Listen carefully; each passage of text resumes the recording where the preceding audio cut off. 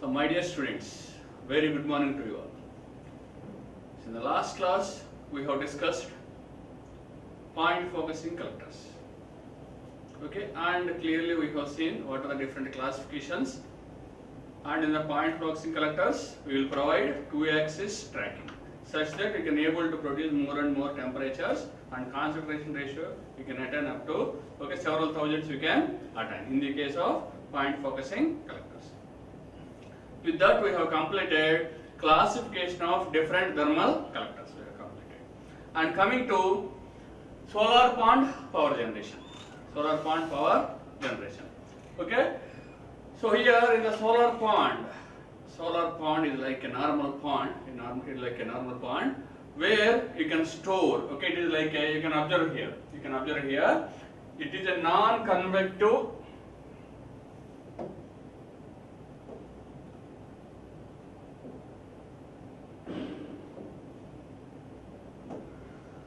solar pond is a non-convective. You can observe it is a non-convective solar pond. Serves the purpose of a large flat plate collector. Already we have seen the flat plate collector. It will serve the purpose of a large flat plate collector.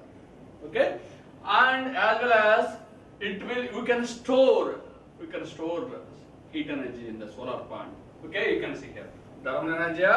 Okay, heat energy you can store, or you can say that it will be like a thermal storage or heat storage element. It is like, and can provide sufficient heat for the entire year. Okay, so already you know that solar energy is available only in the morning only. Afternoon it is not available, and in the rainy season also solar energy not available.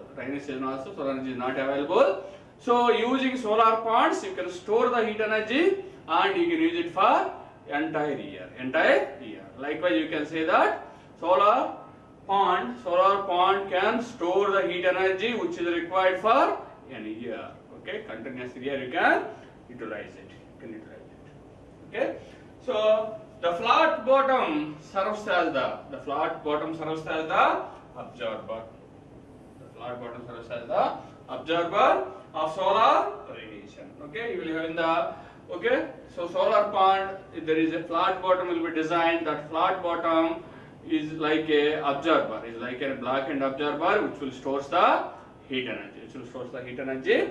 And the depth of the solar pond will be 1 to 2 meters. The depth of the solar pond will be 1 to 2 meters. You will have. Okay, so here in the solar pond a separate design will be there. That you can observe in the diagram. I am showing now. So these are the diagrams of solar pond. This is the diagram. You can say diagram of solar pond. This is the diagram of solar pond. You can observe. Okay. You can also see here. Okay. This is the solar pond where solar radiation will strikes on the surface. Solar radiation will strike on the surface. Okay, total solar pond will be divided into 3 zones: zone 1 and zone 2 and zone 3. Zone 1, zone 2 and zone 3. The above will be the solar pond which you can divide into 3 zones: zone 1, zone 2 and zone 3. So coming to here also you can see this is zone 1, and this will be zone 2, and this will be zone 3. You will have a 3 zones. In this figure also you can observe the same. Okay, you can divide the total solar pond into 3 different zones. You can observe there. Okay, so this will serve as the bottom will serve as black end. This flat area will serve as a black end flat plate collector where the heat energy, the solar radiation is converted to the heat energy, and that heat will be stored in the bottom layer or bottom zone. Already you have shown that. Okay, this is zone 1 and zone 2, and the last one will be zone 3. You can see that. Okay, here you can observe that. Zone 1, zone 2, zone 3. Zone 1, zone 2, zone 3. In order to store, okay, so in order to store the heat energy, salt gradation is increased. Salt gradation, concentration of a salt. Okay, already you know that a salt water can able to have more density when comparing with the normal water. Okay, before going to the basic concept of the solar point, first I would like to explain, okay, different types of heat transfers. Different types of heat transfers, already know that. The first one will be conduction type of heat transfer. Conduction type of heat transfer, okay, because of, okay, one hot conductor I have taken, one cool conductor I have taken. If you attach both, temperature will be transferred from hot conductor to the cool conductor, which you can call as a, okay, transfer of heat through conduction process. Okay, so next one will be convection of heat transfer. Next one will be convection of heat transfer. Okay, in the convection of heat transfer, okay, the heat will be transferred through water and air, through water or through gas, through water and through gas. Okay, so that is the convection. Okay, heat transfer through convection. Next, third one will be heat transfer through air. You can call as radiation. Okay, so heat transfer through air, you can say radiation you can say, or okay, heat transfer through electromagnetic waves, or heat transfer through an air, you can call as a radiation. Okay, likewise we will have three types of heat transfers. Okay, here the very important thing which is need for us is a convection. Heat transfer through liquid or air, let us say, liquid or gas, let us say.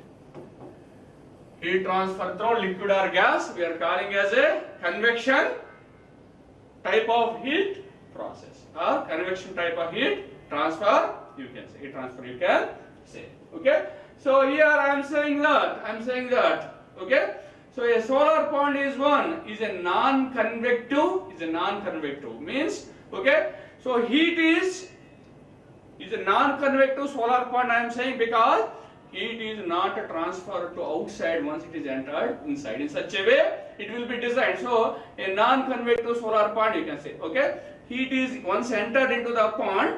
Okay, it will move in a forward direction only. It will not be, okay, reflected back. It is not fed back such that, okay, you are saying that heat is not transferred through the liquid, okay, to the outside world. So, I am that, okay, outside. So that I am calling this design as a non-convective solar point. Let us say the salt concentration is maintained. Already I have discussed that. Okay, salt water is having high density which can able to store heat when comparing with the normal water. Okay, in a normal water, if the density is very less, it cannot able to absorb more heat and it cannot able to store the more heat. Okay, such that here the salt concentration is maintained in such a way that, okay, so the salt concentration is maintained in such a way that in the zone 1, the concentration of the salt will be very less, let us say. Approximately, mostly the concentration of the salt in the zone 1 will be less. Okay, from zone 1, okay, if you move downwards, the salt concentration will be increased from 20% to 30%. 20% to 30% if you move downwards from the, okay, the first zone which is called as a, okay, convective zone, as from this zone temperature may be released to the direct atmosphere. Okay, and okay, when you are moving to the downwards, the concentration gradient is keep on increasing 20% to 30%. Likewise, okay, so in the last zone, in the zone 3, okay, you will have a constant, okay, uniform salt gradient or salt concentration. Uniform salt gradient and salt concentration in the last state. Like that, okay, the concentration of salt is differed from zone to the zone in such a way that in the first zone, approximately almost the concentration of salt will be 0. In the second zone, when you are moving, the concentration of salt is keep on increasing, okay, 20% to 30%, and at the last zone, the concentration of, okay, salt is uniform. The concentration of salt is uniform. Okay, So likewise things will happen. That is the basic concept of the solar pond. Basic concept of the solar pond. Once again we will come back here. Okay. So the salt concentration varies 20% to 30% at the bottom and almost zero at the top. Okay. So it is varying 20% to 30% at the bottom it is. Okay. So when you are moving to the top it is almost zero. Okay. In order to maintain density of fresh water. Okay. So generally what we are saying in the first zone, okay, almost it is zero concentration. In the second zone, okay, it is keep on increasing. Concentration of salt is keep on increasing. And in the third zone, the concentration of salt will be, okay, constant. What we are saying, how it will be maintained, how it will be maintained. Okay, it will be maintained by, okay, pouring fresh water in the top layer continuously, by adding salt in the last layer, okay, that is in the bottom layer, that will be maintained. That you can observe here. Okay, continuously we have to diffuse. Fresh water has to be added on the top layer. Continuously salt has to be added. Salt has to be added from the bottom layer. Okay, you can observe here. So in the top layer, continuously, okay, fresh water will be poured, and in the down layer, continuously salt will be added. Continuously salt will be added. Likewise, concentration gradients has to be made. Concentration gradients has to be made. Okay, the amount of salt required per day per unit area will be 50 grams per square meter per day. Okay, so that for a day per unit meter area, the salt added will be 50 gram per square meter. 50 gram per square meter per day it is required to maintain the concentration gradient of the salt. Concentration gradient of the salt. So because of movement and mixing of the fluid, both at the top and at the bottom, the solar pond is characterized by three zones. Continuously in the top, from the top you are pouring in fresh water, from the bottom you are adding the salt water. Okay, because of this, okay, you will have three different concentration gradients. Already what we have discussed, zone 1, zone 2, zone 3, or you can say zone 1 as surface convective zone. Zone 1 as a surface convective zone, as it is already, you know that, as it is directly, okay, open to the atmosphere, that is called as a surface convective zone. Surface convective zone. And next one will be a non-convective zone. A non-convective zone. From this zone, heat may not be released to outside environment. So it can be called as a non-convective zone. From this zone, heat may not be released to the atmosphere, which you can say a non-convective zone. And the last one will be, and zone 3 or last one will be called as, zone 3 or last one will be called as a lower convective zone. A lower convective zone you can say. A lower convective zone you can say. The surface convective zone usually has a small thickness around 10 to 20 centimeters. Coming to the zone 1 is having a very less thickness, that is 10 to 20 centimeter. 10 to 20 centimeter. It has a uniform temperature close to ambient air temperature because it is, okay, so it is open to the atmosphere, so the temperature of the zone will be around, okay, so the natural temperature, that is air temperature, okay, because it is directly open to the atmosphere, the temperature of this zone is also air temperature around 27 degrees, the temperature of the first zone will be as it is exposed to the atmosphere straight away, okay, and okay, the concentration of salt will be almost zero in this region, as we have discussed. Next, coming to the non-convective zone, that is second zone. It is having high thickness compared with the zone 1 and zone 2. It is more thicker. Okay, you can say that it is having high thickness when comparing with the zone 1 and zone 3. Okay, almost more than half thickness it is having. Okay, here in this zone the temperatures, if you are moving, okay, as the salt concentration is keep on increasing, already you know, okay, so in the first region the temperature will be equal to the atmospheric temperature as it is exposed to the atmosphere, whereas in the second zone it is a non-convective zone, and since the concentration of salt is keep on increasing 20% to 30%, the temperature of the zone is also keep on increasing. The temperature of the zone is also keep on increasing. When you are moving, okay, from the starting of the zone to when you are moving, the temperature also keep on increasing, okay. So like that, with the depth, the temperature, the concentration is increasing with respect to the depth, okay, the temperature is also increasing. The heat is not lost to the atmosphere from this zone, so this is called as a non-convective zone, okay. So likewise, you can have the second zone. And coming to the third zone, the lower convective zone. Third zone, you can say lower convective zone. In the lower convective zone, the lower convective zone is one in which the temperature is uniform, because there is a uniform concentration of the salt such that the temperature is also uniform. Okay, in this zone only the temperature is stored. In this zone only the temperature will be stored. Already you know that. That is about the basic principle or concept of a solar pond. Zone 1, Zone 2, Zone 3. In the Zone 1, approximately the temperature will be equal to the atmospheric temperature as it is exposed to the atmosphere, and the salt concentration or gradient is also approximately equal to 0. Whereas coming to the second zone, non-convective zone, okay, temperature is not directly exposed to the atmosphere, so that this is called as a non-convective zone. And okay, if you see, the salt concentration is keep on increasing 20% to 30% when you are moving in this region, and it occupies more than the half thickness of the total pond. Okay, if it is 2 meters, if the depth is more than 1 meter, you will have the thickness of it.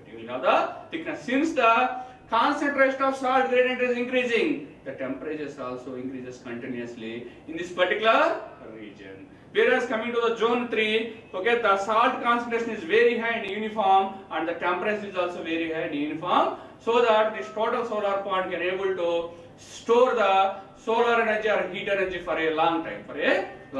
Okay, that is the basic concept. Now coming to how we can able to generate electrical energy with the solar pond. Okay, here you can observe here a tube. A tube was laid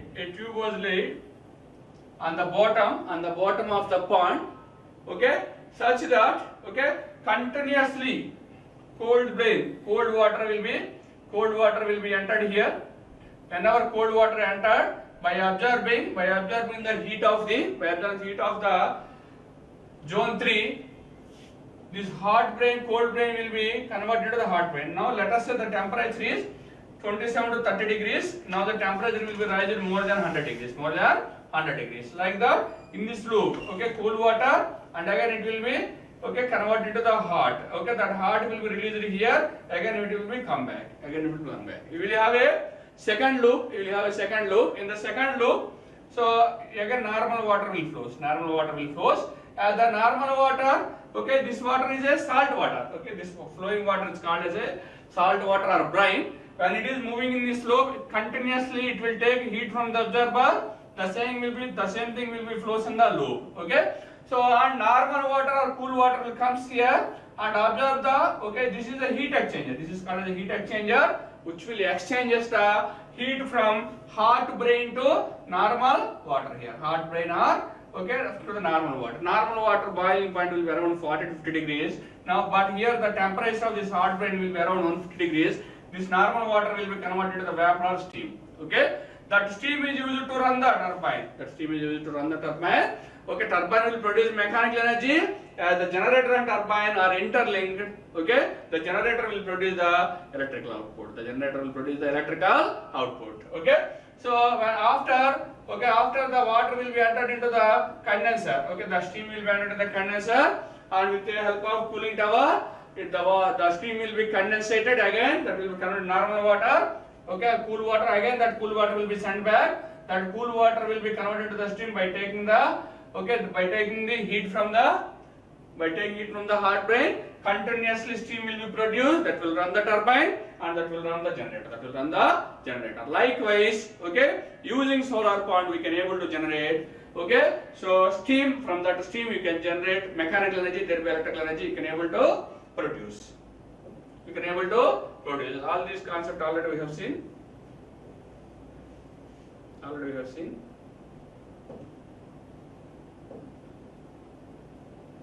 So these are some diagram, practical solar ponds, practical solar ponds constructed at different places. These are some glimpses of solar ponds which are constructed somewhere. This is also one of the example, and this is also one of the solar pond, practical solar pond. Coming to the advantages. Okay, environment friendly. Okay, we are not burning anything. We are not releasing any gas or flue gas into the outside. So it is a eco-friendly or environment friendly. You can say that. Okay, no pollution is produced from these plants. Just okay, what we are doing? You are from the solar energy. You are storing heat energy. From that heat energy, you are producing electrical energy. Just we are not burning anything. No problem to the environment with this type of plants. Next, okay, it can be used for purpose as a generation of electrical energy by heating of fluid. Just we are heating a fluids, we are getting electrical energy. Okay, no need of a separate collector for this thermal storage. Okay, we are not using any thermal collectors. By only solar pond itself, we are generating electrical energy. Okay, so low maintenance cost. Just you have to add some salt from the bottom, and you have to pour water from the upper surface. Okay, no need of the maintenance cost will be very, very less. Okay, because of these reasons. So applications. Okay, in India, solar pond. First solar pond was built in India in the area 6,000 meters square. In the area 6,000 meters square. Okay, so which was approved by National Solar Pond Program. Okay, in the scheme National Solar Pond Program. Okay, the first solar pond was constructed in Gujarat in the year 1987. And completed in 1993 after a sustained collaboration effort by three: the Gujarat Energy Development Agency and the GDDC, Gujarat Dairy Development Corporation Limited. In India, so the first solar pond was constructed in the area 6,000 meters square. So with the help of all these things, it was completed in the year 1970. The first solar pond was completed in the year 1973.